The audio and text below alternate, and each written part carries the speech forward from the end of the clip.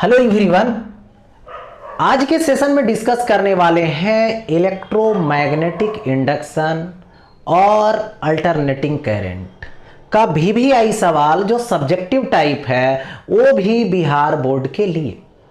ठीक है, तो इसको आज डिस्कस करेंगे। इलेक्ट्रोमैग्नेटिक इंडक्शन यानी विद्युत चुंबकीय परिणाम और अल्टरनेटिंग करंट यानी प्रत्यावर्ती धारा का सब्जेक्टिव सवाल। तो इससे सवाल कैसे पूछे जाते हैं बिहार बोर्ड में, है ना, उस पर हम लोग आज डिस्कस करेंगे। कौन कौन से सवाल इंपॉर्टेंट है, उस सवाल का जवाब कैसे देंगे, उससे रिलेटेड और कौन से सवाल पूछा जा सकता है, उस पर भी हम लोग बातें करेंगे। तो आज की टॉपिक स्टार्ट करते हैं यानी सवाल के साथ।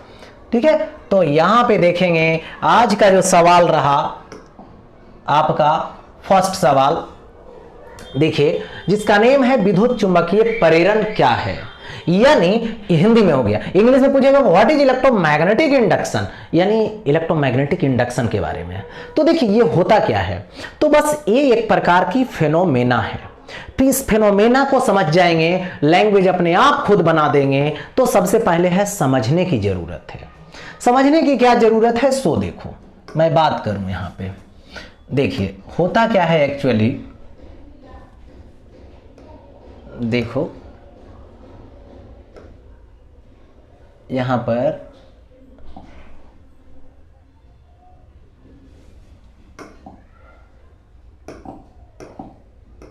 देखो एक कॉइल पहले लेनी है, इसमें कॉइल और मैग्नेट की जरूरत पड़ती है। तो एक मैंने यहां पर कॉइल ले लिया, ओके,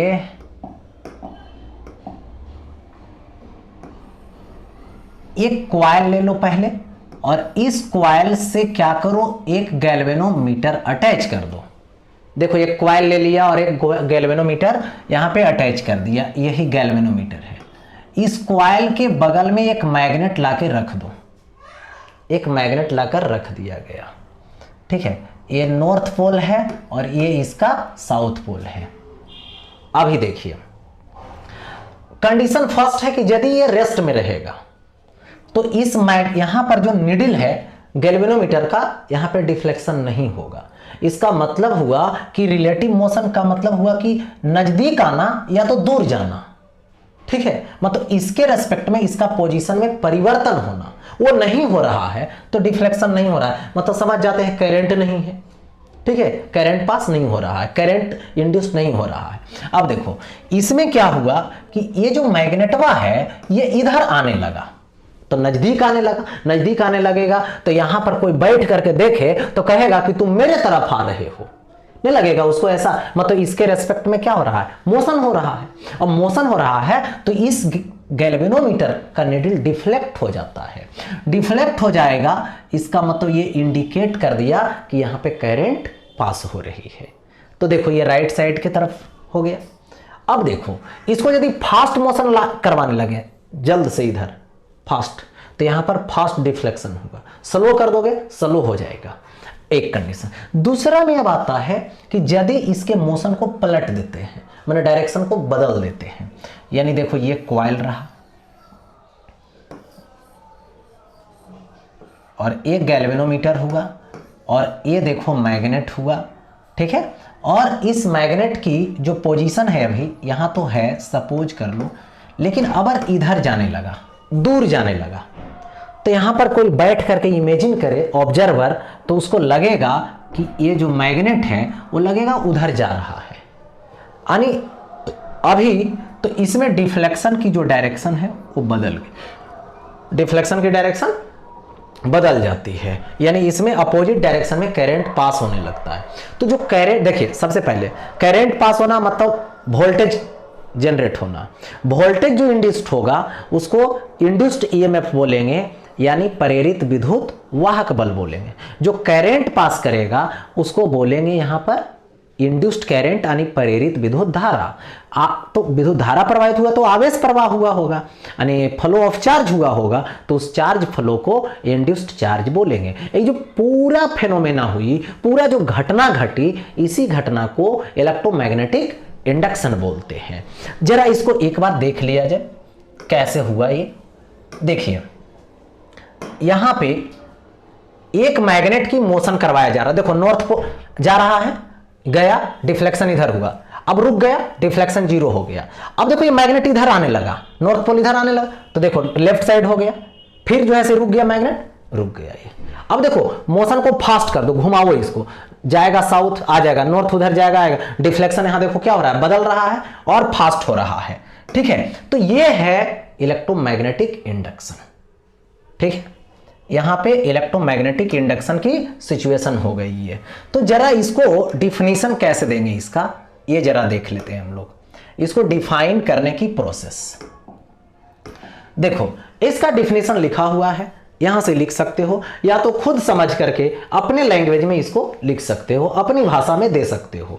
बस यहां यही ध्यान देना है कि मैग्नेट है और क्वाइल है, यानी चुंबक है और कुंडली है, दोनों के बीच रिलेटिव मोशन करवानी है और वहां पर करंट होगा, वहां पे करंट प्रेरित होगी, इंड्यूस्ड करंट होगा। ये फेनोमेना ही इलेक्ट्रोमैग्नेटिक इंडक्शन कहलाएगा।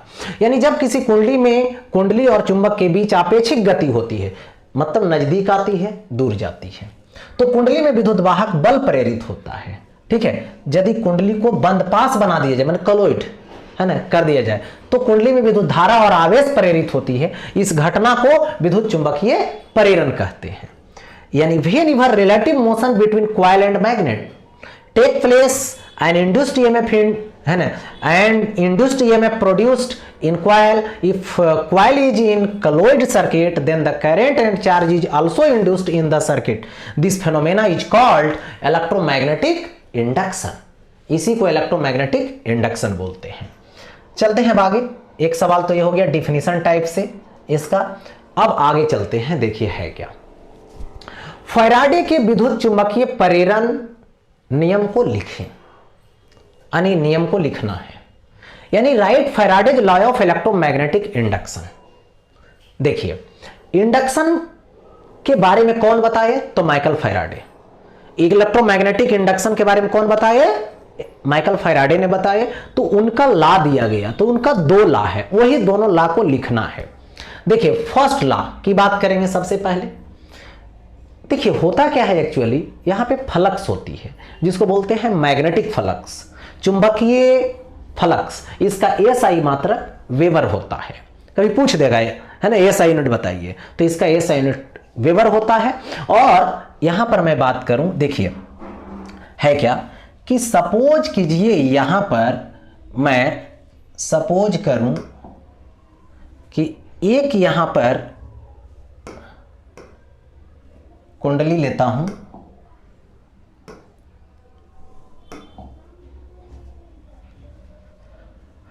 देखो एक कॉइल ले लो, एक कॉइल ले लिए और इस कॉइल की इतना दूरी पर, ठीक है, क्या किया गया, यहां पर एक मैग्नेट रखते हैं, सपोज दैट ये नॉर्थ पोल है इसका, ठीक है, और यहां से देखो जा रहा है मैग्नेटिक फील्ड लाइन, जा रहा है मैग्नेटिक फील्ड लाइन, जा रहा है, जा रहा है, जा रहा है, जा रहा है। तो ये एक कॉइल की क्या हुआ, गिवन एरिया हुई। तो इस गिवन एरिया से जितना मैग्नेटिक फील्ड लाइन पास करेगा, यानी उसकी जो नंबर होगी, उसकी जो संख्या होगी, किसका, चुंबकीय क्षेत्र की जो संख्या होगी, उसी को यहां पर क्या बोलते हैं, मैग्नेटिक फ्लक्स बोलते हैं, यानी चुंबकीय फ्लक्स बोलते हैं, जिसकी फॉर्मूला होती है फाई। फाई उसका सिंबल है, phi is equal to N B A cos theta. याद रखेंगे फ्लक्स की फॉर्मूला क्या होती है, चुंबकीय फ्लक्स की फॉर्मूला क्या होती है, N B A cos theta. N क्या है, तो ये नंबर ऑफ टर्न है, फेरों की संख्या है, ठीक है। एन बी क्या है, यहां से जो चुंबकीय क्षेत्र पास कर रहा है, मैग्नेटिक फील्ड। ये क्या है, इसकी एरिया है, जो एरिया ये क्लोज कर रहा है, जो बंद एरिया बना रहा है, ठीक है, उसकी एरिया है, क्षेत्रफल है। कॉस थीटा, थीटा जो है एंगल है किसके बिटवीन, जो सरफेस एरिया है उसका डायरेक्शन और चुंबकीय क्षेत्र की दिशा के साथ। ये हो गया, यानी देखो यहां पे ये हो गया। तो यही जो फ्लक्स है, इसी से रिलेटेड बात की है उन्होंने कि देखिए यहां पर होता क्या है कि दूर है, अभी मान लो यहां पर है, यही कॉइल खिसक करके यहां पर आ जाए, यहां पे आ जाएगा, तो इससे जाने वाला जो फ्लक्स है उसकी संख्या बढ़ जाएगी, उसका नंबर बढ़ जाएगा। तो नजदीक आएगा तो क्या होगा, फ्लक्स बढ़ेगा, यानी नंबर ऑफ फील्ड लाइन ज्यादा पास करेगा, और दूर जाएगा तो फ्लक्स क्या होगा, कमेगा। यही रूल बनाई उन्होंने कि रिलेटिव मोशन होने से क्या होता है, रिलेटिव मोशन होने से वहां पर होता है कि मैग्नेट है और कॉइल है, नजदीक आएगा तो कॉइल से क्रॉस करने वाली फील्ड लाइन बढ़ेगी, यानी चुंबकीय क्षेत्र की रेखा बढ़ेगी, यानी फ्लक्स बढ़ेगी, और दूर जाएगा तो फ्लक्स घटेगी। तो आपेक्षिक गति होने से, रिलेटिव मोशन होने से सबसे बड़ा फैक्टर यही है। ठीक है, अच्छा चलते हैं अब आगे, दिखाते हैं इसको ये होता कैसे है एक्चुअली। तो देखिए इसमें मैं बात करूं, देखो यहां पे जरा देख लें, यहां पे देखिए कंडीशन यहां पर क्या है कि अभी ये कॉइल हुआ और ये मैग्नेट हुआ, ठीक है, नॉर्थ पोल से चुंबकीय क्षेत्र की रेखा निकल रही है, चलो ठीक है, मैग्नेटिक फील्ड लाइन निकल रही है। देखेंगे ये कॉइल्ड वायर है। तो कॉइल्ड वायर से क्या है, अभी जितना नंबर ऑफ फील्ड लाइन पास कर रहा है उसको काउंट कर लो, काउंट कर लेंगे, ठीक है, मुश्किल से यहां तक देखो कॉइल है, तो ये हुआ एक, एक दो, एक तीन लगभग अभी पास कर रहा है, वो भी पूरी तरीके से तो एक ही पास कर रहा है, ये दोनों तो टच करके खाली पास कर जा रहा है ना। इसका मोशन करवाते हैं। अब देखो ये आने लगा, फील्ड लाइन क्या होने लगा, इसमें बढ़ने लगा। देखो जब नजदीक आ गया तो बढ़ रहा था, ठीक है, और दूर जब जाने लगा, देखो दूर जा रहा है तो घटने लगा, नजदीक आता है तो बढ़ता है, ठीक है। जरा फिर से एक बार देख लें, देखिए अभी दूर है, अब क्या है, नजदीक आ रहा है तो बढ़ रहा है, देखो इससे क्रॉस करने वाला मैग्नेटिक फील्ड लाइन, फिर दूर जाने लगा तो देखो यहां पे घट रहा है, ठीक है। तो इस तरीके से क्या होती है, यहां पर बढ़ती है और घटती है, नजदीक आने पर बढ़ना और दूर जाने पर घटना। यही है फैराडे का फर्स्ट लॉ। क्या होता है, आपेक्षिक गति होने से कुंडली से गुजरने वाली फ्लक्स जो है वो क्या करती है, चेंज करती है। ओके, देखो यहां पे तो ये हो गया, यहां पे चेंज होता है, देखिए तो यही है ना, जब कभी बंद परिपथ से गुजरने वाली चुंबकीय फ्लक्स बदलती है तो परिपथ में विद्युतवाहक बल प्रेरित होती है। तो क्यों बदलती है, आपेक्षिक गति के कारण, ठीक है। यानी whenever magnetic flux linked with a closed circuit changes an EMF is induced in the circuit. जब कभी भी किसी भी मेथड में यदि कॉइल से, कुंडली से गुजरने वाली फ्लक्स, चुंबकीय फ्लक्स बदलेगी, ठीक है, तो क्या होगा, उसमें विद्युतवाहक बल प्रेरित होगा, और रिलेटिव मोशन होने के कारण नजदीक आने से, दूर जाने से फ्लक्स में क्या होता है, चेंजिंग होता है। ये तो बात समझ रहे हैं, ठीक है, जिसका कारण बनता है। अब आगे बढ़ते हैं नेक्स्ट में है कि यहां पर किसी बंद परिपथ में प्रेरित विद्युतवाहक बल जो है, ठीक है, कुंडली से गुजरने वाली चुंबकीय फ्लक्स में परिवर्तन की दर के सीधा समानुपाती होता है। जितना जल्दी चेंज होगा, कम समय में चेंज होगा, डिफ्लेक्शन बढ़ जाता है उतना जल्द, यानी करंट उतना बढ़ जाता है, यानी वोल्टेज उतना बढ़ जाता है, और स्लो कर देते हैं तो फ्लक्स का रेट जो है वो धीरे धीरे चेंज करता है, रेट कम हो जाता है तो उस केस में करंट का रेट भी डिफ्लेक्शन, देखते हो, धीरे से होता है। यानी the magnitude of EMF induced in closed circuit is directly proportional to rate of change of magnetic flux linked with the circuit. देखिए तो यहां पर देखिए, ये जो ईएमएफ होती है इंड्यूस्ड, ये होता है इज इक्वल टू माइनस, ठीक है, डेल्टा, ये होता है एन फाई और बाई ये डेल्टा टी होता है, ठीक है, ये होता है इतना। तो ये हो गया दूसरा लॉ। तो फर्स्ट लॉ लिख देंगे, सेकेंड लॉ लिख देंगे, क्लियर हो जाएगा मैटर। अब हम लोग आगे बढ़ते हैं, जरा देखिए नेक्स्ट अब है, नेक्स्ट जो स्टोरी है जरा इस पे हम लोग एक बार डिस्कस कर लें, ठीक ठीक है, जिसका नेम है यहाँ पे लेंज लॉ, यानी जिसको बोलते हैं लेंज का नियम, यानी लेंज का नियम लिखें, राइट लेंज लॉ। ठीक है, एक सवाल ऐसे पूछ सकता है, या तो बोलेगा Lenz law conservation of energy पे बेस्ड है, कैसे, उसको दिखाने के लिए बोलेगा। तो एक ही सवाल में दोनों चीज को सॉल्व कर देते हैं। यदि ये आएगा तो इस तरह से लिखेंगे, और यदि दूसरा आएगा तो कैसे लिखेंगे ये भी समझा देते हैं। तो सबसे पहले समझना है यहाँ पे, देखिए होता क्या है, ये जो है माइकल फैराडे जी के रूल से ही लिया हुआ है, लॉ से ही लिया हुआ है। देखिए एक्चुअली यहाँ पर मैं बात करूं, देखो होता क्या है, ये देखो कॉइल है, एक कॉइल दे दिया गया, और इस कॉइल के हिसाब से जरा सोचें तो देखो यहां पर एक मैग्नेट है, एक मैग्नेट है, यहां पे मैग्नेट नीचे की तरफ आ रहा है अब। ठीक है, तो देखिए होता क्या है कि ये जो कॉइल है, इस कॉइल में करंट पास होने लगती है, करंट इंड्यूस्ड हो जाती है, जिसका मेन रीजन क्या है कि मैग्नेट नीचे आएगा तो इसमें फ्लक्स बढ़ेगा, और फ्लक्स जब बढ़ेगा तो उसकी जो चेंज रेट होगी वो क्या देगा, इंड्यूस्ड ईएमएफ देगा, अकॉर्डिंग टू फैराडे लॉ। तो यहां पर देखिए होता क्या है, फैराडे लॉ में E is equal to minus delta, और ये क्या है एन फाई और बाई डेल्टा टी।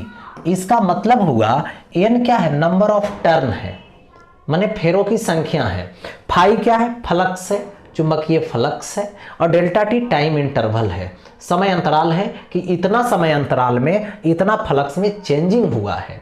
उसी का जब रेशियो दोनों को निकालेंगे तो फ्लक्स में चेंजिंग का रेट मिलेगा। नेगेटिव का भी अर्थ है, नेगेटिव का अर्थ ये है कि फ्लक्स जो है वो क्या है, मान लिया जाए इंक्रीज करेगा तो उस नेगेटिव का अर्थ है उसको घटाना, मतलब नेगेटिव का अर्थ है जो इंड्यूस्ड ईएमएफ होगा उसको घटाने का काम करेगा, और जब जो है से फ्लक्स घटेगा तो नेगेटिव जो है उसको नेगेटिव जो है पॉजिटिव में कन्वर्ट कर देगा, यानी बढ़ाने का काम करेगा। इसीलिए नेगेटिव साइन लिया गया है, कहां पर, तो माइकल फैराडे जी के सेकेंड लॉ में। अब देखिए उसी को लेंज लॉ ने मॉडलिंग कर दिया। मॉडलिंग क्या कर दिया कि देखिए आएगा तो सपोज दैट आ रहा है कौन, नॉर्थ पोल, ठीक है, नॉर्थ पोल आ रहा है, नजदीक में है, मान लो साउथ भी आ सकता है, कोई बड़ी बात नहीं है। अब आने लगा ये, तो जैसे ये आता है तो इस केस में ये जो मैग्नेट जो देख रहे हैं हम लोग, ठीक है, नीचे आने लगा, तो यहां पर नीचे आने लगा तो हुआ क्या, कुछ ऐसा देखिए, यहां पर ये जो है से एक मैग्नेट की तरफ बिहेव करने लगा। क्यों करने लगा, क्योंकि इसमें करंट पास होने लगी, करंट इंड्यूस्ड होने लगी, कौन वाइज होने लगा, तो एंटी क्लॉकवाइज। देखो यहां से व्यू लिया गया, ठीक है, तो ये करंट इस तरीके से घूमने लगी, तो ये वाला जो पोल हो गया इसका, ये नॉर्थ बन गया, और ये वाला पोल जो है ये साउथ, यानी उत्तरी ध्रुव और दक्षिणी ध्रुव। अब क्या करने लगा, उसको नीचे आने से रोकने लगा कि तुम आओ नहीं, ठीक है। अब देखो इसका पीछे एक लॉजिक है, यहीं पर समझना है कि कंजर्वेशन ऑफ एनर्जी पे बेस्ड है, ठीक है, कंजर्वेशन ऑफ एनर्जी पे बेस्ड है, यानी ऊर्जा के संरक्षण के सिद्धांत पे बेस्ड है। क्योंकि देखो हुआ क्या, ये आ रहा है मोशन में, मोशन में मतलब उसके पास यांत्रिक ऊर्जा है, मैकेनिकल एनर्जी है। अब क्या होता है कि यहां पर उसको आने से, उसको मोशन करने से, इसके बगल में उसको मोशन करने से इलेक्ट्रिक क्रिएट हो रहा है, यानी विद्युत ऊर्जा क्रिएट हो रही है, विद्युत ऊर्जा की उत्पत्ति हो रही है। तो ऊर्जा क्या होती है, एक रूप से दूसरे रूप में बदलती है, एनर्जी का कन्वर्सन होता है। तो यहां पर इलेक्ट्रिक एनर्जी आया कहां से, क्रिएट तो हो नहीं सकता है क्योंकि एनर्जी क्रिएट होती नहीं है। तो यहां पर क्या होता है कि इसके काइनेटिक एनर्जी जो मैकेनिकल एनर्जी है वो घटना चाहिए, और यहां इलेक्ट्रिक एनर्जी में उसी का कन्वर्सन होगा। तो घटेगा कब, जब जो है सो वो स्लो करेगा मोशन, जब उसका मोशन स्लो होगा तो इसमें एक ऐसा करंट क्रिएट हुआ, ऐसा क्रिएट हुआ जो उसी को विरोध करेगा, उसके मैकेनिकल एनर्जी को कम करेगा, यांत्रिक ऊर्जा को कम करेगा, और यहाँ पर इलेक्ट्रिक एनर्जी का कन्वर्सन होगा, ठीक है। तो यही है कि यहाँ पर मैकेनिकल एनर्जी का कन्वर्सन किस में हो रहा है, विद्युत ऊर्जा में, यानी यांत्रिक ऊर्जा का बदलना किसमें है, विद्युत ऊर्जा में, यानी यही कंजर्वेशन ऑफ एनर्जी है, उसी का रूल है, इसी पर ये बेस्ड है। तो समझना है, नॉर्थ पोल आएगा तो ये जो कॉइल में ऐसा करंट पास होगा कि उसका फेस उसके तरफ नॉर्थ, जो आने से रोकेगा कि तुम मत आओ। और जब ये जाने लगेगा, ठीक है, जब जाने लगता है तो देखिए होता क्या है, ये मैग्नेट है, मैग्नेट नहीं सॉरी कॉइल है। अब यहां पर एक्चुअली देखा जाए तो मैं बात करूं कि ये जो मैग्नेट है वो मैग्नेट जाने लगा। अब देखिए मैग्नेट है, इसका नॉर्थ पोल है, ये साउथ पोल है, और ये क्या होने लगा, जाने लगा। तो जैसे जाने लगा तो यहां पे देखो क्रिएट हो जाएगा इस तरीके से, क्योंकि करंट अगर इसमें ऐसे घूमने लगा क्लॉकवाइज, ठीक है, तो ये पोल बन गया यहां पर साउथ और ये पोल बन गया यहां पर नॉर्थ। उल्टा हो गया कि अब जो है से जाने लगा, जाने से क्या हुआ, फ्लक्स में चेंजिंग हुआ, नजदीक आएगा तो फ्लक्स बढ़ेगा, दूर जाएगा तो फ्लक्स घटेगा। दोनों का रीजन है यहां पर इलेक्ट्रोमैग्नेटिक इंडक्शन करवाना, और उसी का ये विरोध करेगा। देखो अभी हो गया साउथ, तो क्या करेगा, नॉर्थ को अट्रैक्ट करेगा, उसको जाने से रोकेगा, ठीक है, यानी रोक रहा है। तो इस तरीके से यही क्या है यहाँ पे, लेंज लॉ है। यानी लेंज लॉ सिंपल में समझना है कि कॉइल और मैग्नेट के बीच आपेक्षिक गति होती है, वहां पर फ्लक्स में चेंजिंग होता है, तो इंड्यूस्ड ईएमएफ होती है जिसका नेचर नेगेटिव होता है, किसका, फ्लक्स में चेंजिंग का। यानी ईएमएफ ऐसा इंड्यूस्ड होगा कि यदि फ्लक्स घटेगा तो बढ़ाएगा, उसमें इंड्यूस्ड ईएमएफ करंट भेज करके, करंट फ्लो करवा करके, और घटेगा तो बढ़ाएगा। तो देखिए आने के समय बढ़ रहा है, आने के समय फ्लक्स बढ़ रहा है, ठीक है, तो क्या किया, ऐसा करंट घुमा दिया कि उसके अपोजिट डायरेक्शन में फील्ड दे दिया, माने घटाने का काम किया, उसको रोकने का काम किया, अपोज करने का काम किया, जिससे ये क्रिएट हो रहा है। जब वो दूर जाने लगा तो घटने लगा फ्लक्स, तो उसमें देखो उसी देखो घटने लगा तो घटने लगा, ये नॉर्थ पोल नीचे दे रहा था तो घटने लगा, तो क्या किया, ऐसे करंट घुमाया, मतलब बढ़ाने का काम किया। ये क्या है, लेंज लॉ है। तो लेंज लॉ का मतलब हुआ चालकीय बंद पास में प्रेरित धारा की ऐसी अभिदिशा होती है कि वह उस कारण का विरोध करती है जिससे वह उत्पन्न होती है ना, उसे लेंज का नियम कहते हैं। माने ऐसा विद्युत धारा प्रवाहित हुआ, ऐसा प्रोड्यूस्ड हुआ है ना, प्रेरित हुआ, जो मैग्नेट के मोशन को रोक रहा है, मैग्नेट को रोक रहा है, और उसी से वो क्रिएट भी हो रहा है। यानी an induced current in a colloid conducting loop will appear in such a direction that opposes the change which produced it, माने जिससे वो क्रिएट होगा उसी का विरोध करेगा, ठीक है। अब देखो यहाँ पे ये हो गया लेंज, और लेंज लॉ किस पे बेस्ड है, कंजर्वेशन ऑफ एनर्जी पे। कैसे, यहाँ पर क्या करता है, करंट जो है करंट मतलब इलेक्ट्रिक एनर्जी जनरेट हुआ, मतलब प्रोड्यूस हुआ, किसके कारण, उसके मैकेनिकल के कारण, तो उसका मैकेनिकल घटेगा, यानी उसका मोशन घटेगा, तब ना इलेक्ट्रिक एनर्जी की कन्वर्सन होगी, ठीक।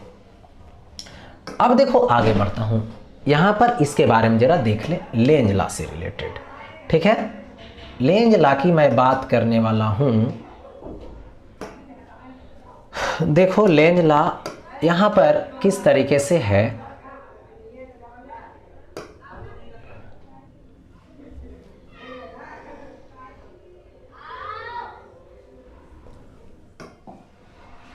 देखिए यहां पे मैंने क्या बोला था इसमें,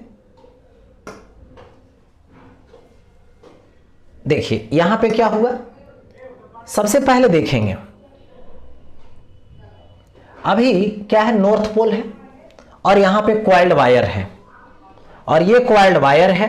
अब इधर से क्या रहे हैं, ला रहे हैं मैग्नेट को, देखो लाएं, जिस समय ला रहे थे, ठीक है, जिस समय ये साउथ आ रहा, नॉर्थ आ रहा है, ठीक है, नॉर्थ बना, दूर गया, नजदीक आएगा दूर जाएगा। अब देखो ये क्या बता रहा है, यहां पे देखिए जरा, देखिए अभी आ रहा है, कौन आ रहा है, साउथ पोल आ रहा है, साउथ पोल आ रहा है, तो ई भी साउथ है बन जाएगा। देखो करंट की डायरेक्शन अभी इधर है, तो ऐसे फील्ड देगा, तो इधर होगा साउथ और नीचे की तरफ होगा नॉर्थ, तो ये होगा। और वही देखिए यहां पे जैसे ऊपर गया करंट का डायरेक्शन अपोजिट। देखिए नॉर्थ आया, फिर देखिए साउथ आ गया, करंट का डायरेक्शन बदल जाएगा, नॉर्थ आएगा साउथ। अब देखो एक बात यहां पे ये हुआ, वो तो हुआ नजदीक आने से और दूर जाने से। नॉर्थ आएगा नजदीक, नॉर्थ बन जाएगा, नॉर्थ दूर जाएगा, साउथ बन जाएगा, है ना, क्योंकि रोकना है उसको। दूर जाएगा तो अट्रैक्ट करेगा, नजदीक आएगा तो रिपेल करेगा, उस केस में हुआ। अब देखो यहां पर केस है कि हुआ ऐसा क्यों, ठीक है। तो जिसका मेन रीजन है ये फ्लक्स का, ठीक है। देखो फ्लक्स का मेन रीजन क्या है, सो जरा फ्लक्स वाले स्टोरी पे अभी तो नॉर्थ और साउथ की स्टोरी चल रही है। देखिए बदल रहा है करंट की डायरेक्शन, नॉर्थ साउथ बदल। अब देखो नजदीक आ रहा है, फ्लक्स बढ़ेगा, फ्लक्स बढ़ेगा तो यहां पर देखिए जिस समय फ्लक्स बढ़ रहा है उस समय जरा देखेंगे, गौर करेंगे, देखो, और जिस समय फ्लक्स घट रहा है, ठीक है, तो यहां पर जरा सा केयर करना है।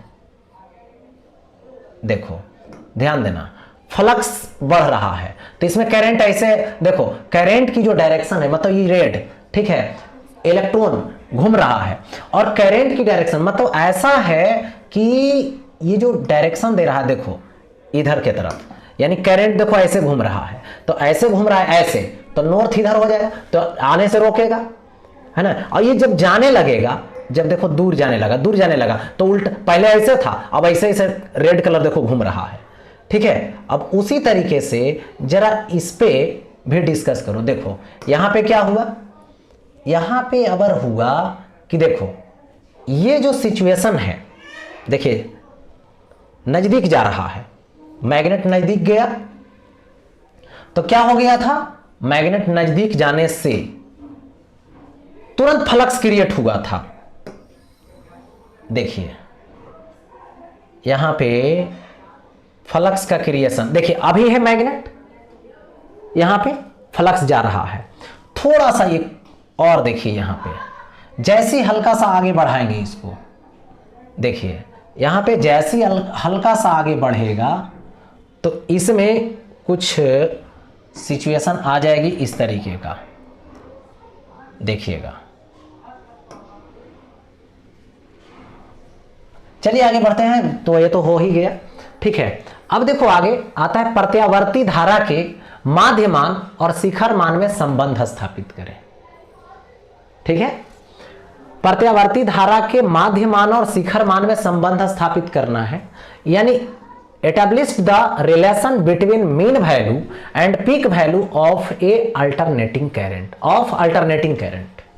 यानी अल्टरनेटिंग करंट का पीक वैल्यू और जो मीन वैल्यू है उसके साथ रिलेशन बताना है। देखिए तो सबसे पहले यहां पर देखिए होता क्या है, एक्चुअली मैं बता दूं इसमें कि जो करंट है अल्टरनेटिंग, उसकी जो वैल्यू होती है वो भी बदल सकती है, लेकिन डायरेक्शन पीरियोडिकली चेंज होती है।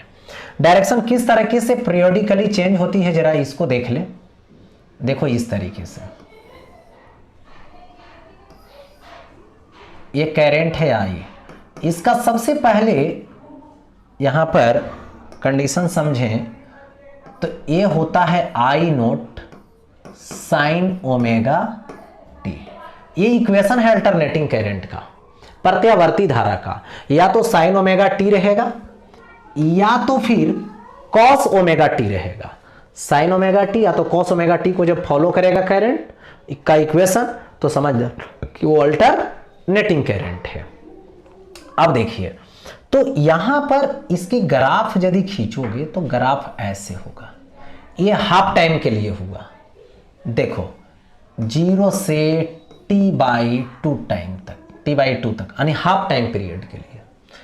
फिर ये देखो ऐसे आ जाएगा, ठीक है, तो ये हो जाएगा अबर पूरा एक ऑसिलेशन कंप्लीट कर लिया। इसमें हाफ टाइम के लिए प्लस है और हाफ टाइम के लिए माइनस है।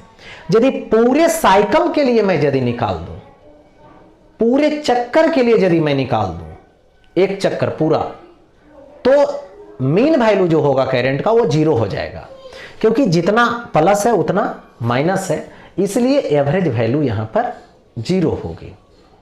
ठीक है। अब देखिए, तो यहां पर बोला है सबसे पहले, एक मिनट देखिए, यहां पे एक चीज और बात समझा दूं, ये जो वैल्यू देख रहे हो ये क्या है, इधर है मैक्सिमम, तो इधर प्लस आई नोट होगा, इधर है तो इधर होगा माइनस आई नोट। मैक्सिमम जो वैल्यू होगी उसी को पीक वैल्यू बोलते हैं, शिखर वैल्यू बोलते हैं, यानी सबसे ज्यादा तो यही है करंट, यही है करंट। तो मैक्सिमम करंट जो होगी प्रत्यावर्ती धारा में वैल्यू उसकी, उसको शिखर वैल्यू। अब देखो यहां पे लिख दूं 1 साइकिल के लिए बात करने वाले हैं, 1 साइकिल के लिए यानी एक चक्कर के लिए। तो आई जो मीन होगा यानी माध्य जो वैल्यू होगा, ठीक है, आई मीन, वो क्या हो जाएगा, 0 हो जाएगा। पूछा जाएगा कि प्रत्यावर्ती धारा में यानी अल्टरनेटिंग करंट में एक चक्कर में कितना वैल्यू होता है माध्य मान का, तो माध्य मान की जो वैल्यू होती है वो 0 होता है। लेकिन मुझे यहां दोनों में रिलेशन बतलाना, तो क्या हाफ के लिए होगा, हाँ, हाफ के लिए माध्य वैल्यू और इधर हाफ के लिए माध्य वैल्यू, दोनों की वैल्यू सेम आएगी, लेकिन एक का पॉजिटिव होगा दूसरे का नेगेटिव होगा, ठीक है। तो यहां पर करंट की बात करेंगे, थोड़ा सा एक सेकेंड यहां पे जरा देखें तो क्या होगा,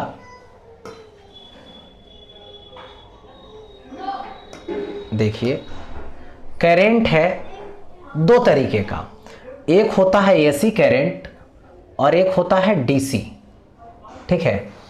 एसी और डीसी पे हम लोग बात करेंगे, एसी एंड डीसी पे। एसी का मतलब हुआ प्रत्यावर्ती जिसकी दिशा बदलती है, और डीसी का मतलब हुआ जिसकी दिशा नहीं बदलती है, मतलब डायरेक्शन फिक्स रहता है। जरा देखो यहां पे, देखिए यहां पर दो बातें हैं, एक है यहां पे डीसी और एक है एसी। डीसी कौन देता है, जो बैटरी दे रहा है, ठीक है, और जो हम लोग के डोमेस्टिक सर्किट में आता है वो होता है क्या चीज, एसी, अल्टरनेटिंग करंट, प्रत्यावर्ती धारा। तो इसमें देखिएगा कि इसकी जो इलेक्ट्रॉन मतलब करंट जो है फ्लो करेगी वो एक ही डायरेक्शन में फ्लो करती है, देखिए ऐसे। लेकिन जरा इस पे गौर करिएगा तो हाफ टाइम के लिए उधर जाएगी, हाफ टाइम के लिए इधर जाएगी। तो यहां पे सबसे बड़ी एक बात है, जब डीसी करंट फ्लो करता है यानी डायरेक्ट करंट कहीं फ्लो करता है, प्रवाहित होती है, तो एनर्जी भी फ्लो करता है और इलेक्ट्रॉन भी फ्लो करता है। लेकिन जो अल्टरनेटिंग करंट होती है, जो प्रत्यावर्ती धारा होती है, तो इस तार में क्या होता है, इलेक्ट्रॉन बस ओसिलेट करता है ऐसे ऐसे ऐसे ऐसे, लेकिन एनर्जी का फ्लो लगातार होता है, यानी एनर्जी का प्रवाह होता है, ऊर्जा की प्रवाह होती है। किसमें, प्रत्यावर्ती धारा में इलेक्ट्रॉन का ओसिलेशन होता है, इसमें एनर्जी का भी प्रवाह होता है और इलेक्ट्रॉन का भी प्रवाह होता है, किसमें, डीसी में।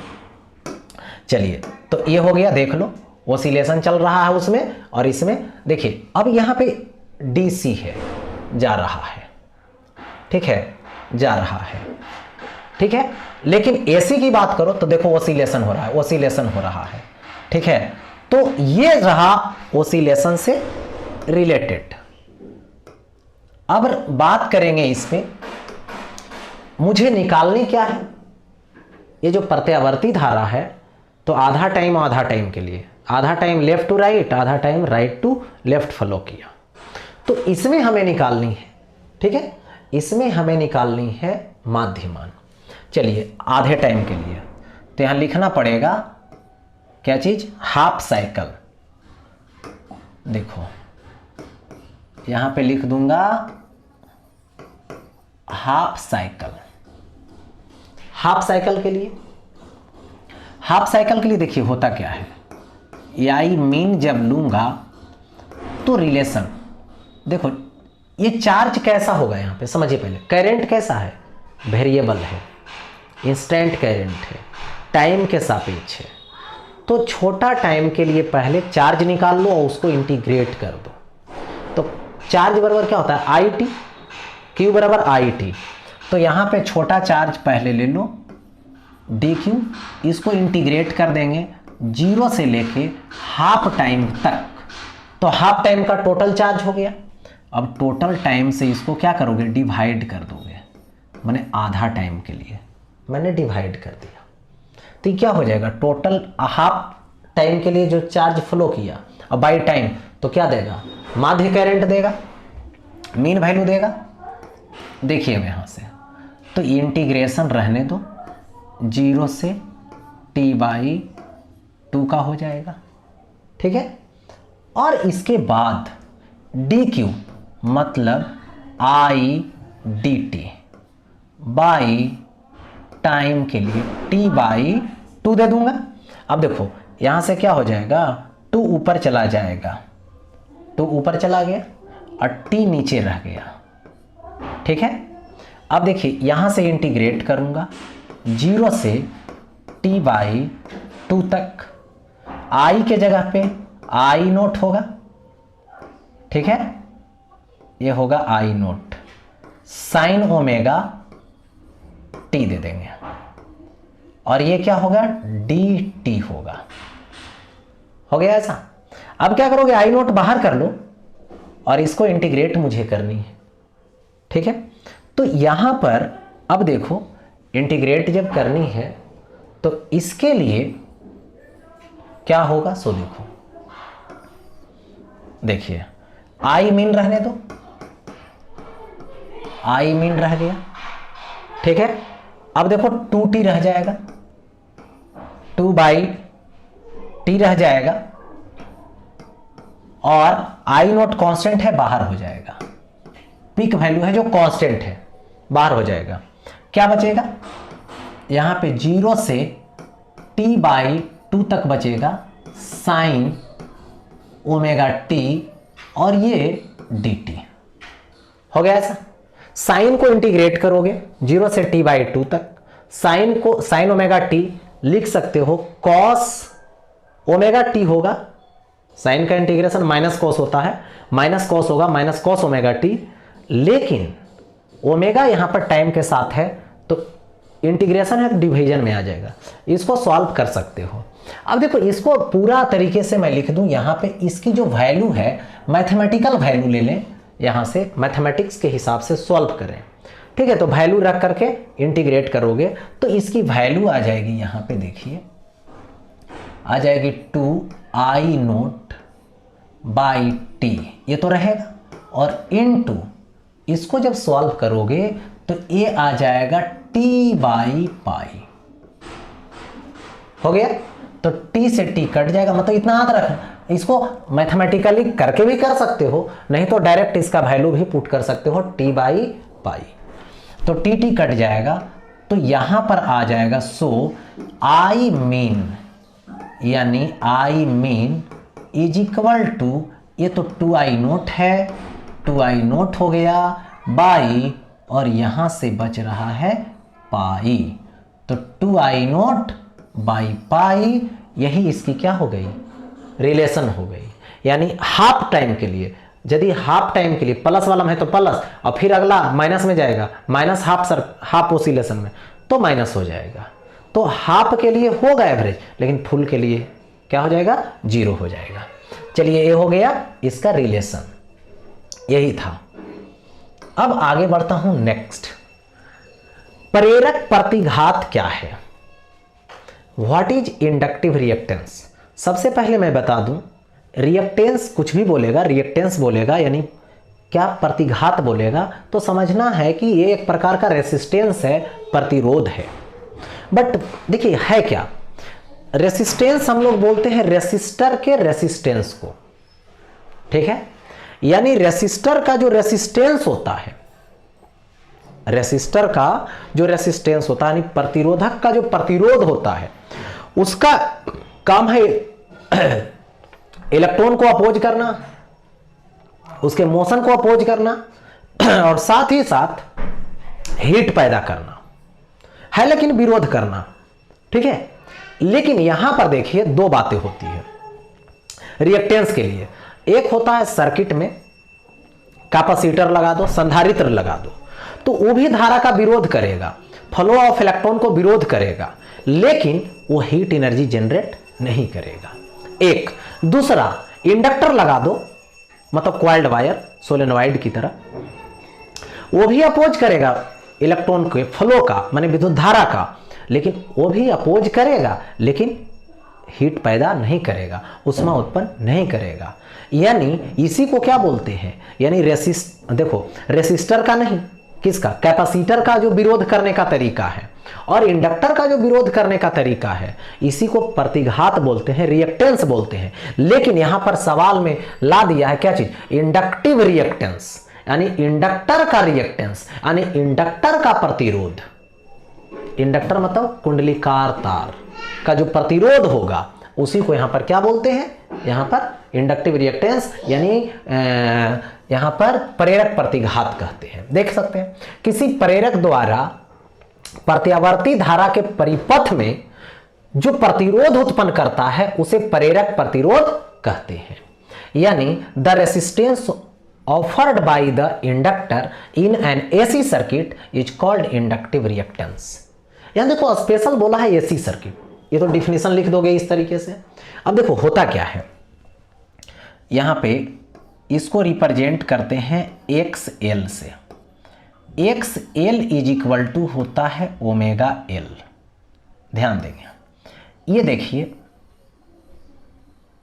ये इंडक्टर हो गया, इंडक्टर का यह सेल्फ इंडक्टेंस हो गया L, ठीक है, स्वप्रेरकत्व, जिसका SI मात्रक हेनरी होता है, SI यूनिट हेनरी होता है। यह हो गया ओमेगा L। ओमेगा के जगह पे हम लोग लिख सकते हैं 2 pi into frequency into L। XL क्या है, ये है प्रेरक प्रतिघात है XL। फ्रीक्वेंसी होगा तभी ना होगा, ठीक है। तो एसी का फ्रीक्वेंसी होती है, डोमेस्टिक सर्किट में घरेलू परिपथ में जो प्रत्यावर्ती धारा आ रही है इसकी फ्रीक्वेंसी, इसकी आवृत्ति कितना है, 50 हर्ट्ज। लेकिन यदि मैं डीसी के लिए बात करूं, देखो एसी के लिए करूंगा तो एसी का तो फ्रीक्वेंसी होगा यानी XL होगा, यानी ये किसके लिए हो गया, एसी के लिए हो गया, ठीक है।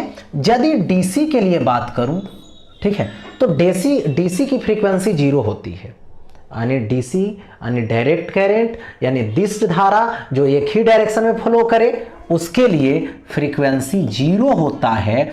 यानी यहां पर मैं बात करूं XL उसके लिए 0 हो जाएगा।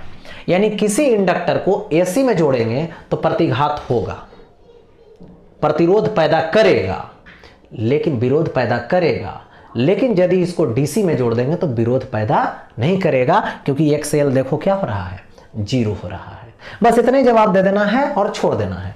लेकिन एक बात ये और समझ लें कि यदि यहां पर बोल दे कि धारिता का प्रतिघात रहे, कैपेसिटर वाला रहे, तो कैपेसिटर वाला जो रहेगा तो खाली यहां पे बस बदल देना, एक कैपेसिटर को जोड़ देना है कहां, प्रत्यावर्ती धारा स्रोत में। जहां पर प्रेरक जोड़े हैं वहां पर क्या जोड़ देंगे, संधारित्र जोड़ देंगे, ठीक है, और उसका जो विरोध उत्पन्न होगा वो होगा। तो इसके लिए देखिए क्या होता है, इसको XC से रिप्रेजेंट करते हैं और ये होता है 1/ओमेगा C। ओमेगा C या तो इसी को लिखते हैं 1/2 पाई इंटू फ्रीक्वेंसी इंटू C। तो AC के लिए होगा, ये AC में ही ओमेगा होगा, फ्रीक्वेंसी होगी प्रत्यावर्ती धारा में ही। लेकिन यदि मैं DC की बात करूं इसके लिए, तो DC में फ्रीक्वेंसी क्या हो जाएगा, 0। तो यहां पे जैसी 0 पुट करेंगे 1/0, फ्रीक्वेंसी के जगह 0 तो 0, तो 1/0, तो XC क्या हो जाएगा, इनफाइनाइट हो जाएगा। यानी संधारित्र की जो प्रतिघात होती है, रिएक्टेंस होती है कहां, डीसी में, यानी डीसी सर्किट में, डायरेक्ट करंट वाला में, तो उसमें क्या होता है, प्रतिघात इनफाइनाइट होती है। लेकिन यदि इंडक्टर का प्रतिरोध देखा जाए, प्रतिघात देखा जाए, तो वो 0 होता है, ठीक है। तो यहां पे ऑब्जेक्टिव टाइप भी बन गया। इसमें क्या बोल सकते हो, इसका जो प्रतिघात है यानी रिएक्टेंस है वो फ्रीक्वेंसी के डायरेक्टली प्रोपोर्शनल है, और इसका क्या है, देखो तो ये जो प्रतिघात है, जो रिएक्टेंस है कैपेसिटर का यानी संधारित्र का, वो क्या है, इनवर्सली प्रोपोर्शनल है, ठीक है। अब आता है इसमें भंवर धारा क्या है, इसके 2 उपयोग को लिखें। यानी यहां पे what are eddy currents give its 2 uses. अब देखिए ये होता क्या है, यदि किसी कंडक्टर बॉडी को, यानी यदि कोई चालकीय वस्तु है, कंडक्टर बॉडी है, उसको वेरिएबल मैग्नेटिक फील्ड में रख देंगे, ठीक है, तो या तो उसको गति करवाएंगे उसमें, तो उसमें क्या होती है, उस कंडक्टर के यानी जो चालक है उसके सतह पे छोटा छोटा लूप बना करके विद्युत धारा प्रवाहित होने लगेगी, यानी इंड्यूस्ड होने लगेगी, प्रेरित होने लगेगी। तो इसी जो करंट पास होने लगता है छोटा छोटा लूप में, उसी को मतलब भंवर धारा बोलते हैं, ईडी करंट बोलते हैं, ठीक है। यानी यही देखो, एक असमान चुंबकीय क्षेत्र में चालक गति करता है तो इसके भीतर अनेक लूपों में धाराएं प्रवाह प्रेरित हो जाती है, उसे भंवर धारा कहते हैं। यानी व्हेन ये conductor moves in a non uniform magnetic field, currents are induced in infinite number of loop, मतलब बहुत सारे लूप में, छोटा छोटा लूप में, ठीक है, उसी को क्या बोलते हैं, the conductor, these are called eddy currents, उसी करंट को ईडी करंट बोलते हैं। देखिए ये होता क्या है, स्वचालित मशीन में चुंबकीय ब्रेक में, यानी स्वचालित जो मशीन होता है उसमें ऑटोमेटिक ब्रेक के रूप में इसका यूज किया जाता है, यानी मैग्नेटिक ब्रेक इन ऑटोमोबाइल। छोटे छोटे धातु टुकड़ों को पिघलाने में, यानी melting of tiny metal pieces, ये हो गया यूज। जरा देख लें इसको रिव्यू करके कि ये होता कैसे है। ओके, देखिए यहां पे एक कंडक्टर प्लेट लिया गया, ठीक है, और इस कंडक्टर प्लेट में होता क्या है कि इसको मोशन करवाया जा रहा है, या तो रखा गया है कहां पर, तो जहां पे चुंबकीय क्षेत्र खुद ब खुद बदल रही है, ठीक है। तो खुद ब खुद बदल रही है, तो उस केस में यहां पर जरा एक बार देखें कि होता कैसे है। ये देखिए यहां पर इस तरह से लूप बनाना शुरू कर दिया, देखिए घूम रहा है, हर एक लूप में बहुत सारा लूप ऐसा बनता है, ठीक है, बहुत सारे लूप इस तरीके से यहां पर बनते हैं। तो यही क्या हो गया, यहां पर यही जो लूप बना बना के घूम रहा है, लूप बना बना करके, इसी को भंवर धारा बोलते हैं। लेकिन ये ध्यान रहे कहां होगा, कंडक्टर के सरफेस पर होगा, है ना, कहां होगा, तो जहां पर चुंबकीय क्षेत्र बदलती है उसमें या रखिए या तो इसको गति करवाइए। चलिए ये हो गया। अब आगे बढ़ता हूं नेक्स्ट। देखिए अब आगे आता है टॉपिक, क्या है ये जरा देखिए। टॉपिक आपका यहां पर आपसी प्रेरण किसे कहते हैं, इसको इंग्लिश में बोलते हैं what do you mean by mutual induction. यानी यह एक ऐसी घटना है जिसके अंतर्गत किसी चुंबकीय कुंडली में विद्युत वाहक बल दूसरी धारावाही कुंडली के कारण प्रेरित होता है। इस घटना को आपसी प्रेरण कहते हैं।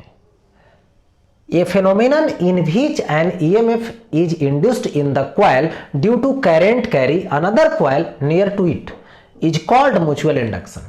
देखिए होता क्या है, सपोज कीजिए यहां पे मैं बात करूं,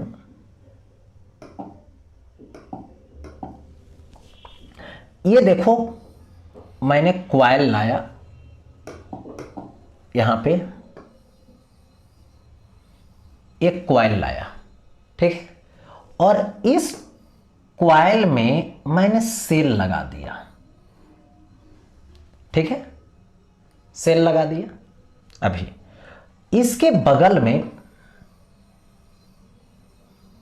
एक दूसरा कॉइल लाया, इस कॉइल से गैल्वेनोमीटर अटैच कर दिया, ठीक है, एक गैल्वेनोमीटर अटैच हो गया यहां पे।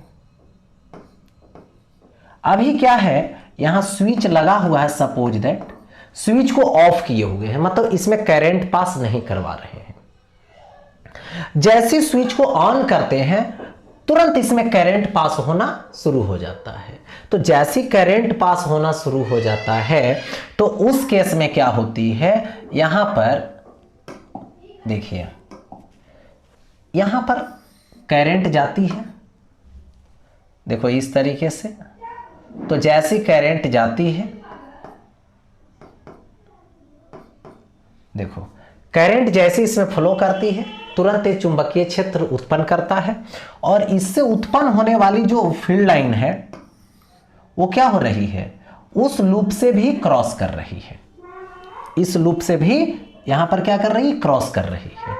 यानी इसमें भी क्या हो गया, फ्लक्स में चेंजिंग आ गया, पहले फ्लक्स था नहीं, अभी फ्लक्स आ गया, तो इसका मतलब है गैल्वेनोमीटर में डिफ्लेक्शन हो जाएगा।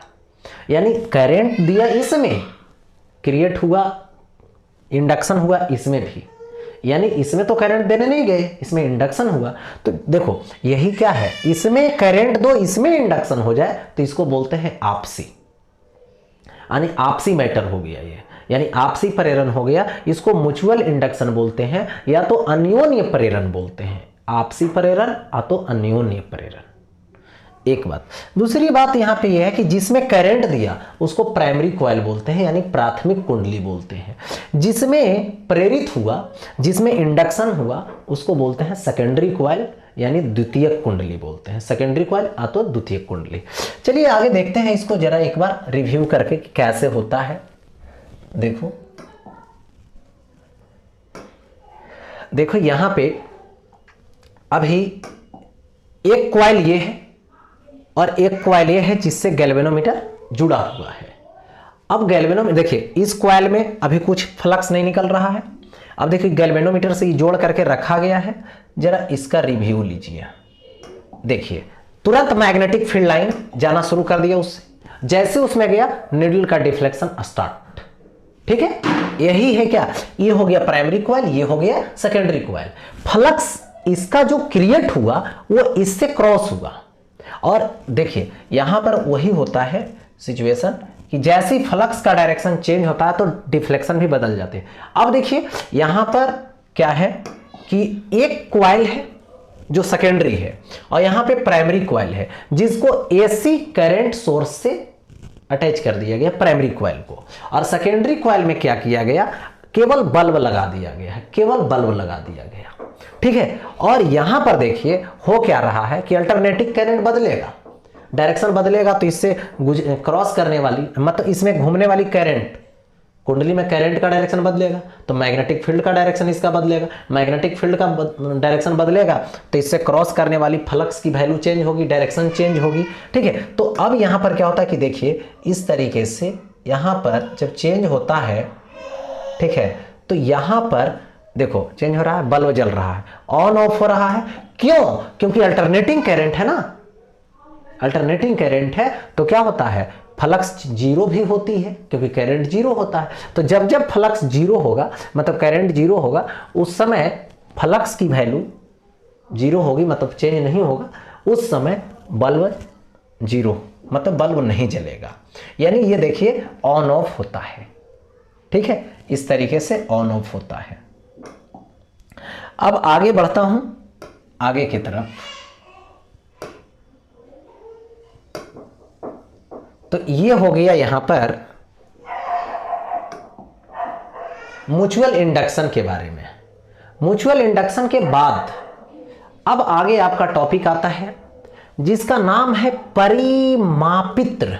क्या है, इसको ट्रांसफार्मर बोलते हैं, परिमापित्र को ट्रांसफार्मर बोलते हैं। और यहां बोला गया है परिनमन अनुपात का सूत्र लिखें। ठीक है, यानी what is transformer, right formula of transformation ratio. देखिए ट्रांसफार्मर क्या है, तो ट्रांसफार्मर एक डिवाइस है, इलेक्ट्रिकल डिवाइस है जिसका यूज किया जाता है अल्टरनेटिंग करंट सर्किट में। यानी सबसे पहले समझिए कि जब भी यूज करेंगे तो अल्टरनेटिंग करंट के लिए यूज करेंगे, दूसरा के लिए यूज नहीं होता है, डीसी के लिए यूज नहीं होता है, डायरेक्ट करंट के लिए यूज नहीं होता है। एक बात, दूसरी बात है कि इसका काम क्या है, ये लो वोल्टेज को हाई वोल्टेज बनाएगा और हाई वोल्टेज को लो वोल्टेज बनाएगा, बस इसका यही काम है, वोल्टेज को कम करना या बढ़ाना, घटाना और बढ़ाना। लेकिन कौन सर्किट के लिए, एसी के लिए, अल्टरनेटिंग वोल्टेज के लिए काम करेगा, डीसी के लिए ये काम नहीं करता, डीसी में काम ही नहीं करेगा, इसका कोई रोल नहीं होगी। ठीक है, अब ये किस पे बेस्ड है, तो ये जो बेस्ड है वो म्यूचुअल इंडक्शन पे बेस्ड है, यानी आपसी प्रेरण पे बेस्ड है, अन्योन्य प्रेरण पे बेस्ड है। यानी इसकी सिद्धांत पूछा जाएगा क्या है, तो बोलना है म्यूचुअल इंडक्शन है, यानी अन्योन्य प्रेरण है। ठीक है, तो ये हो गया, यहां पर ये पूछा क्या है, तो मैंने क्या है बता दिया। यहां पर एक वैद्युत युक्ति है जिसका उपयोग प्रत्यावर्ती धारा परिपथ में वोल्टेज को परिवर्तन करने में किया जाता है ना, वोल्टेज को बदलने के लिए उसे परिमापित्र कहते हैं। यानी an electrical device which is use to change the voltage in AC circuit is called transformer. ठीक है, अब देखिए इतना लिख देंगे काम हो जाएगा। और यहां पर इसका परिनमन अनुपात का सूत्र लिखें, यानी इसको यानी ट्रांसफॉर्मेशन रेशियो को यहां पर के से रिप्रेजेंट करते हैं। जरा देख लेंगे हम लोग, के से रिप्रेजेंट करते हैं और ये होता है NS बाई NP। देखिए NS बाई NP होता है, यानी K is equal to NS by NP। ठीक है, NS क्या है तो सेकेंडरी कॉइल, द्वितीयक कुंडली में फेरों की संख्या है। NP क्या है, प्राइमरी कॉइल जो है यानी प्राथमिक जो कुंडली है उसमें फेरों की संख्या है। दोनों की रेशियो को ही K बोलते हैं, ट्रांसफॉर्मेशन रेशियो बोलते हैं, परिनमन अनुपात बोलते हैं। इतना तक लिख दिए, आंसर हो गया। लेकिन अब थोड़ा सा एक्स्ट्रा और बातें समझ लीजिए। यहां तक लिख देंगे, जवाब क्लियर हो गया है ना, देख सकते हैं आप लोग, इसका आंसर हो गया। लेकिन यदि बोलेगा ट्रांसफॉर्मर क्या है, इसको एक्सप्लेन कीजिए, इसका डायग्राम बनाइए, है ना, ये सब बातें बोल देगा, तब क्या होगा। तो सबसे पहले इसका डायग्राम पे आते हैं हम लोग। इसका देखिए, ये जो है इसको बनाने के लिए यहां पर देखिए ऐसे आयरन का, सॉफ्ट आयरन का फॉइल लेते हैं। अब है कि सॉफ्ट आयरन का फॉइल ही क्यों लेते हैं, क्योंकि उसको मैग्नेटाइज करना यानी चुंबकित करना और विचुंबकित करना आसान होता है। उसमें हिस्टेसिस, उसका हिस्टेसिस कम होता है। ठीक है, उसमें हीट एनर्जी कम लॉस होती है। एक, अब देखिए इसको फॉइल यूज किए। अब देखिए फॉइल जो यूज करते हैं है ना, उसको परत बाई परत लगाते हैं। अब यहां पे देखिए होता क्या है,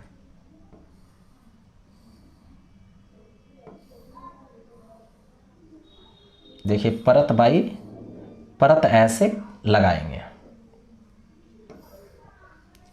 फॉइल को लगा दें। अब यहां पर आता है कि परत बाई परत क्यों लगाते हैं। देखिए होता क्या है कि जब जो है से इसको यूज करेंगे तो इसका वर्किंग में जब इसको लाएंगे तो अंदर में क्या होगा, मैग्नेटाइजेशन होगा और डीमैग्नेटाइजेशन होगा, यानी चुंबकन होगा और विचुंबकन होगा। तो चुंबकन और विचुंबकन के समय क्या होती है, ईडी करंट होता है प्रेरित, यानी भंवर धाराएं प्रेरित होती है सतह पे, जिससे क्या होती है, ऊर्जा की लॉस होती है। ऊर्जा की लॉस को यहां पर बोलते हैं आयरन लॉस, यानी लौह ह्रास बोलते हैं इसको। पूछा जाता है ट्रांसफार्मर में लौह ह्रास क्या है।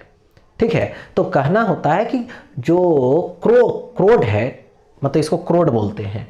ठीक है, उसका क्या होता है, चुंबकन होता है और विचुंबकन होता है। उस समय भंवर धाराएं प्रवाहित होती है, जिसके कारण वहां पर ऊर्जा की हानि होती है उष्मा ऊर्जा के रूप में। ठीक है, उसी को बोलते हैं आयरन लॉस या तो लौह ह्रास।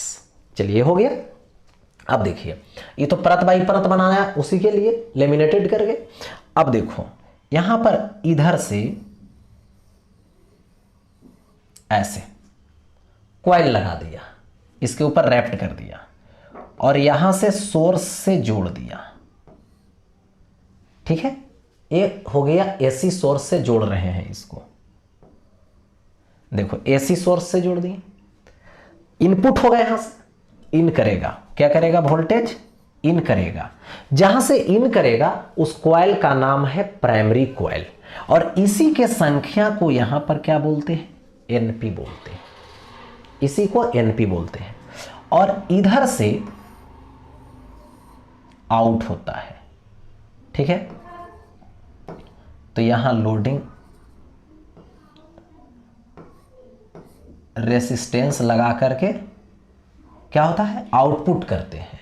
तो यहां से आउटपुट हो गया, आउट कर गया। तो जहां से आउट करेगा जिस कॉइल से, उसका नाम है उस कुंडली को सेकेंडरी कुंडली।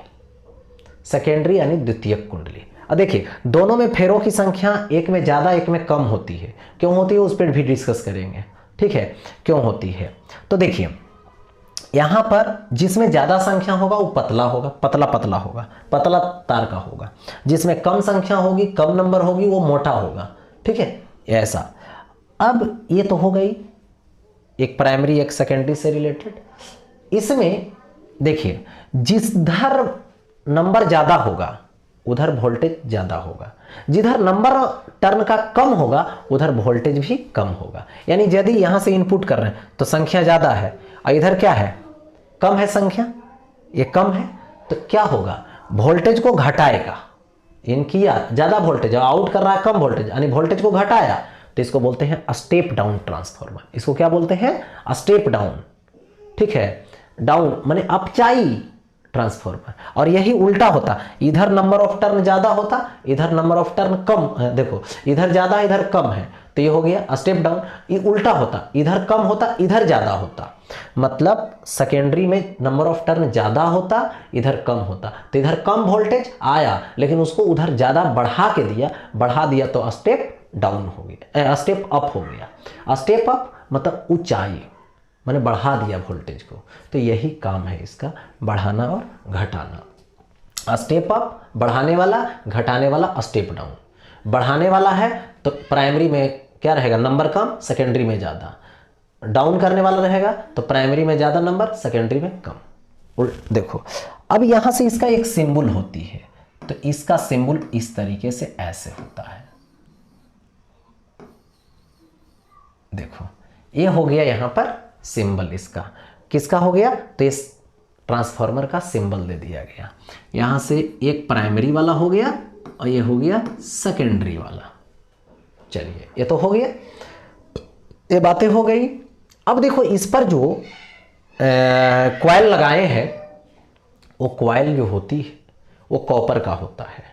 कॉपर में जब करंट पास होती है बदलती डायरेक्शन में, हाफ टाइम के लिए इधर से इधर जा रही है तो फिर अगले हाफ टाइम में इधर से जाएगी, तो क्या होता है इस तरीके से वहाँ पर हीट एनर्जी क्रिएट होती है, उष्मा ऊर्जा उत्पन्न होती है। उस उष्मा ऊर्जा जो उत्पन्न होती है वो किसके कारण हो रही है, विद्युत ऊर्जा के कारण। तो विद्युत ऊर्जा का ह्रास हो रहा है किसमें, कॉपर वायर में, उसको कॉपर लॉस बोलते हैं, या तो ताम्र ह्रास पूछा जाता है। बोला जाएगा ट्रांसफार्मर में ताम्र ह्रास क्या है, तो बोलना है वहाँ पे कॉपर लॉस हो गया। क्यों, क्योंकि उसमें जब विद्युत धारा प्रवाहित होती, मैं कॉपर लॉस के बारे में कि जो ट्रांसफार्मर होती है उसमें कुंडली जो यूज करते हैं वो तांबे का यूज करते हैं, उसमें विद्युत धारा जब प्रवाहित होती है तो वहाँ उष्मा उत्पन्न होती है, उसी को ताम्र ह्रास बोलते हैं या तो कॉपर लॉस बोलते हैं। ठीक है, ये हो गया, तो ये ट्रांसफार्मर से रिलेटेड हो गई बातें। अब देखिए कंस्ट्रक्शन हो गया। अब इसका जरा हम लोग वर्किंग पे आते हैं। देखिए वर्किंग पे आते हैं तो यहां पर देखिए ये जो प्राइमरी कॉइल है और इधर सेकेंडरी कॉइल है, ठीक है, इधर इनपुट कर रहा है, इधर आउटपुट होगा। लेकिन ध्यान रहे ये किस पे बेस्ड है, म्यूचुअल इंडक्शन पे, यानी करंट इसमें जाएगा तो ये तो डायरेक्शन बदलते वाला जाएगा, तो इसका मतलब है इससे बदलने वाला करंट है तो फ्लक्स भी बदलेगा इससे निकलने वाला, और वो फ्लक्स यहाँ पर चेंज होगा, इसमें भी चेंज होगा, तो इसमें भी चेंज होगा, तो इसमें म्यूचुअल इंडक्शन होगी। ठीक है, और ये म्यूचुअल इंडक्शन के कारण अपने दोनों छोर के बिटवीन क्या करेगा, ईएमएफ क्रिएट करेगा, इंडक्शन के कारण, इलेक्ट्रोमैग्नेटिक इंडक्शन के कारण, क्योंकि जहां भी कुंडली में फ्लक्स चेंज होगा वहां इलेक्ट्रोमैग्नेटिक इंडक्शन हो जाएगा, तो बाहर करेगा अब यहाँ से आउटपुट करेगा, तो इसका नाम पड़ गया सेकेंडरी। चलिए इसी पे हम लोग बात करेंगे, इसके वर्किंग पे। देखो इसके वर्किंग की बात करेंगे अभी, जरा देखा जाए। यहां पे देखिए सबसे पहले क्या है कि जो मैंने बताया था कि यहां से इनपुट करेगा, यहां से यहां पर जो इनपुट करेगा उसकी मैं बात करूं। देखो यहां से इनपुट करेगा, तो इनपुट करेगा इसमें, तो इससे जो देखो कॉइल में जो करंट पास करेगा, तो एक टाइम इधर जा रहा, हाफ टाइम के लिए ऐसे, ठीक है, तो अगला हाफ टाइम के लिए करंट बदल जाएगा इस डायरेक्शन में, तो करंट बदल जाएगा तो फ्लक्स बदल जाएगा। ठीक है, तो वही यहां पर देखिए जरा सिचुएशन क्या होता है। देखिए देखिए फ्लक्स बदल रहा है, इससे भी क्रॉस करने वाला बदल रहा है। देखिए तो यहां पर आपने देखा कि यहां पर जो फ्लक्स है वो क्या हो रहा है, बदल रहा है, इससे देखो क्रॉस करने वाला बदल रहा है। अब आगे देखिए, देखिए गया, बढ़ गया, फिर घट गया, फिर बढ़ गया, तो इस तरह से देखो करंट जा रहा है प्राइमरी में, फ्लक्स चेंज हो रहा है सेकेंडरी में भी, यानी सेकेंडरी में जो वोल्टेज क्रिएट होगा वो फ्लक्स के रीजन बनेगा, फ्लक्स रीजन बन जाता है। चलिए अब आगे बढ़ते हैं। देखिए इसके बाद अगले स्टेप में देखिए, यहां पर थोड़ा सा देखिएगा कि इसमें करंट ऐसे ऐसे फिर हाफ टाइम के लिए इधर, तो क्या हो रहा है, फ्लक्स की चेंजिंग हो रही है, ठीक है, मतलब, और यहां पर फ्लक्स इससे क्रॉस करता है बदलती हुई डायरेक्शन में, हाफ टाइम के लिए इधर, हाफ टाइम के लिए इधर, ठीक है। तो आउटपुट करेगा वोल्टेज को, देखिएगा, देखिए गया, तो यहां तक देखिए, यहां तक जब आएगा तो ऐसे घूम रहा है, और जब इधर आ जाएगा डायरेक्शन ही देखो बदला, जैसी बदला तो पहले जा रहा था इधर, अब होने लगा इधर, देखो, और उसमें भी आउटसाइड भी बदल रहा है, ठीक है। तो ये है, देखो यहां पर उसी तरीके से अभी प्लस है, प्लस है, ठीक है, और अब देखो ई प्लस हो गया और वो माइनस हो गया, ठीक है। यहां पे इस तरह से सिचुएशन होती है।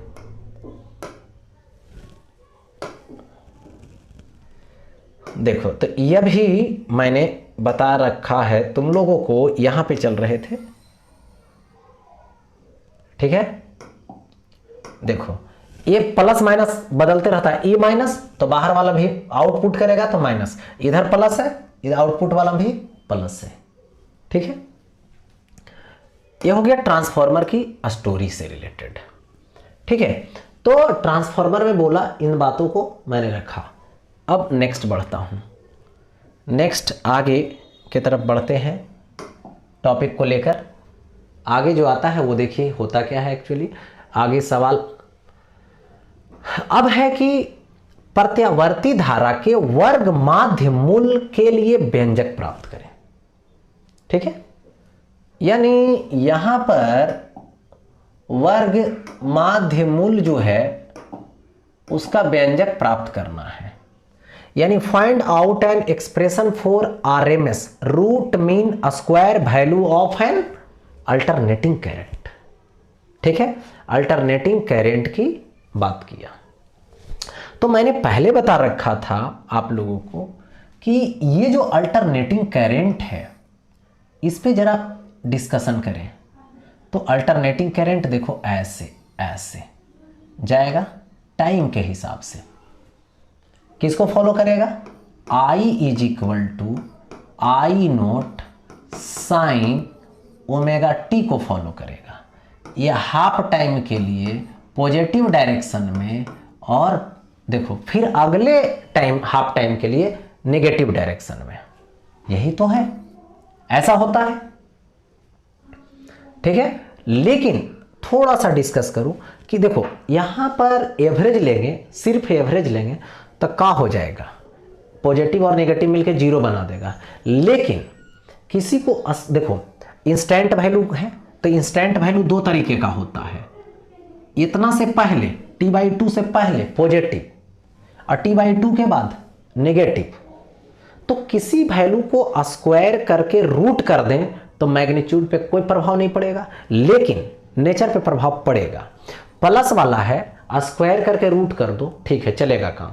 माइनस वाला है स्क्वायर करके रूट कर दोगे तो माइनस से स्क्वायर में जाएगा तो प्लस में हो जाएगा, रूट आएगा, वैल्यू वही होगी, इंस्टेंट वैल्यू वही होगी, बट नेचर को चेंज कर दिया।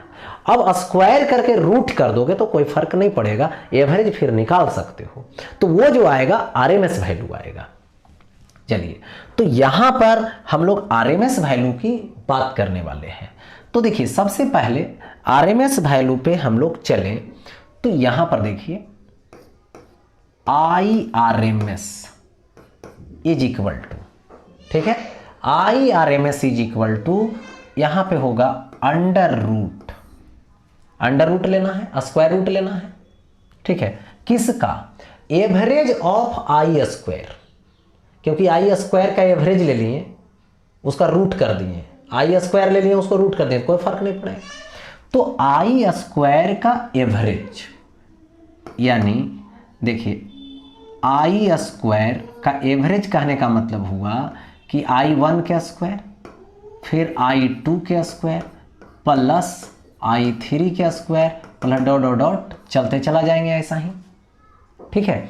कहाँ तक जाएंगे तो डॉट डॉट डॉट in तक जाएंगे, आई स्क्वायर n तक जाएंगे, ठीक है। और बाई क्या कर देंगे n, इसको n कर देंगे, नंबर से डिवाइड कर देंगे उसी के अंदर, ठीक है। या नहीं तो इसी को ऐसे लिख सकते हो ऐसा, ये तो हो गया। इधर अंडर रूट है तो इधर हटा दो तो स्क्वायर आ जाएगा, ठीक है। या नहीं तो इसी को ऐसे लिख सकते हो, IRMS के स्क्वायर इज इक्वल टू, इसी को लिखने का दूसरा मेथड देखिए, रूट ओवर ले लेंगे, ठीक है, रूट ओवर ले लिए और क्या लेना है, आई स्क्वायर का एवरेज लेना है ना, यही ना। तो आई स्क्वायर का देखो यहां से ले लेते हैं, आई स्क्वायर डी टी, देखो 0 से ये t हो जाएगा, 0 से t तक इंटीग्रेट कर देंगे इसको, 0 से t तक, और बाई यहां पर क्या लिखेंगे, dt छोटा पार्ट लिए टाइम, और इसको भी इंटीग्रेट कर दिए कहां तक, जरा देखें,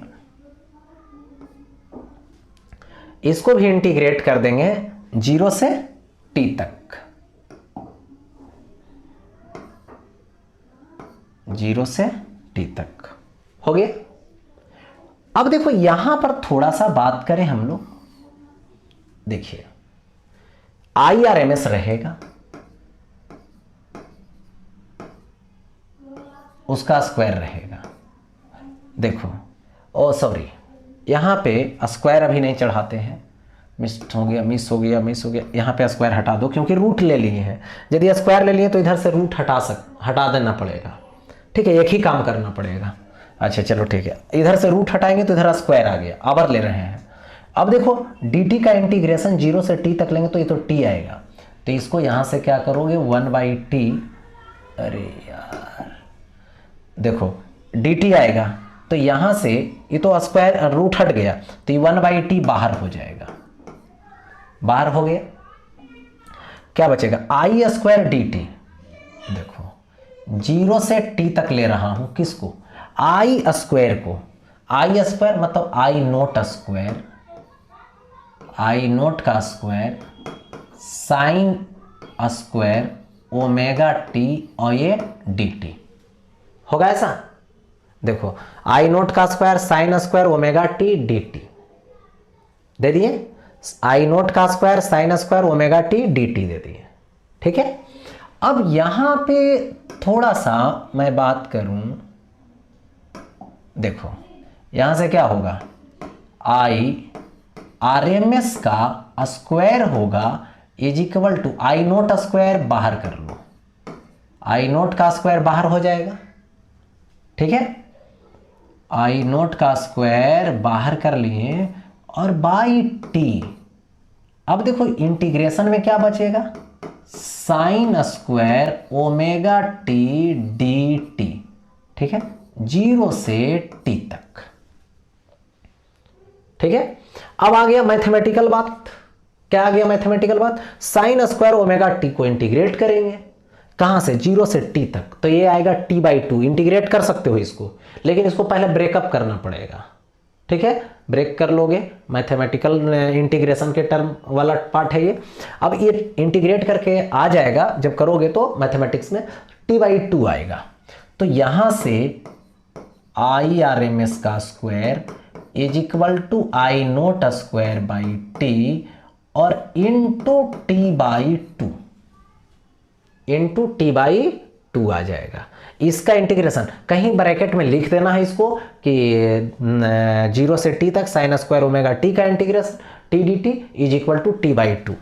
अब देखो t तो कट जाएगा, कट गया, अब देखो ये IRMS है तो इधर रूट जाएगा, टी कटेगा, तो IRMS is equal to root चढ़ाएंगे तो सिर्फ और सिर्फ आई नोट रहेगा और बाई 2 का रूट, 2 पर रूट चढ़ाएंगे तो √2 हो जाएगा ये, देखिए, तो यहां पर IRMS √2, IRMS is equal to I not by √2 हो गया। तो सिंपल यहां पे समझना है कि जो IRMS हुआ ये रिलेशन मिल गया, उसी तरीके से VRMS रहेगा तो V नोट बाई √2, ठीक है। तो ये सब जो डोमेस्टिक सर्किट में अल्टरनेटिंग करंट आ रही है, इस अल्टरनेटिंग करंट की जो वैल्यू होती, मतलब वोल्टेज जो होता है 220 वोल्ट, तो ये सब RMS वैल्यू है, वर्चुअल वैल्यू है, इफेक्टिव वैल्यू इसको बोलते हैं, ठीक है। या तो रूट मीन स्क्वायर वैल्यू बोलते हैं, पीक वैल्यू नहीं है, ठीक है। देखो तो पीक वैल्यू आई नोट है, ये रिलेशन मिल गया इसका। अब आगे बढ़ते हैं नेक्स्ट। देखिए आगे यहां पे सवाल दे रखा है, जरा समझ लें। सवाल जो है यहां पे पाई है, यहां पे पाई है। देखो सवाल स्क्रीन पे देख रहे होंगे, दिए गए एक प्रत्यावर्ती धारा का समीकरण है I is equal to 20 sine, देखो 200 पाई टी, ठीक है, में आवृत्ति और वर्ग माध्य मूल मान निकाले, मतलब आरएमएस वैल्यू निकाले। देखो find the value of frequency and RMS value of AC given as I is equal to इतना। चलिए देखिए क्या क्या निकालना है। फर्स्ट निकालना है फ्रीक्वेंसी, दूसरा क्या निकालना है आई आरएमएस, दो चीज निकालना है। यानी यहां पर मैं ऐसे लिख दूं, जब सॉल्व करूं तो यहां पर एक हो जाएगा, यहां पर सबसे पहले क्या है फ्रीक्वेंसी, तो frequency F is equal to what, दूसरा आई आर एम एस, देखो I R M S what है,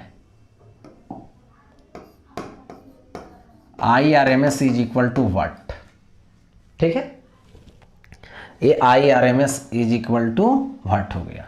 तो सबसे पहले देखो इक्वेशन में ए वाला क्या होता है आई नोट, ये वाला क्या होता है ओमेगा, क्योंकि इक्वेशन से कंपेयर करो, I is equal to I note sine omega T, I naught के जगह पे 20, ओमेगा के जगह पे 200 पाई और टी हो गया।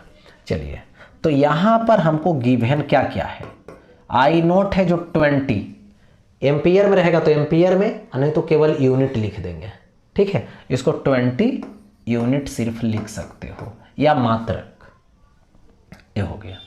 दूसरा ओमेगा की वैल्यू क्या है, देखो ओमेगा आ गया, ओमेगा इज इक्वल टू क्या लिखेंगे यहां पे 200 पाई हो गया, 200 पाई लिख दिए। चलिए तो ये हो गया ओमेगा, तो ओमेगा इज इक्वल टू होता है 2 पाई इंटू फ्रीक्वेंसी, ऐसा होता है omega is equal to 2 pi into frequency. Omega का वैल्यू कितना लिखोगे 200 pi is equal to 2 pi into frequency. देखो अब यहां से पाई कैंसिल कर दो, बर्बादम करिष्यति, बर्बाद हो गया ये दोनों आपस में, है ना, और यहां से 2 से डिवाइड कर दो, तो फ्रीक्वेंसी इज इक्वल टू 200/2 आएगा।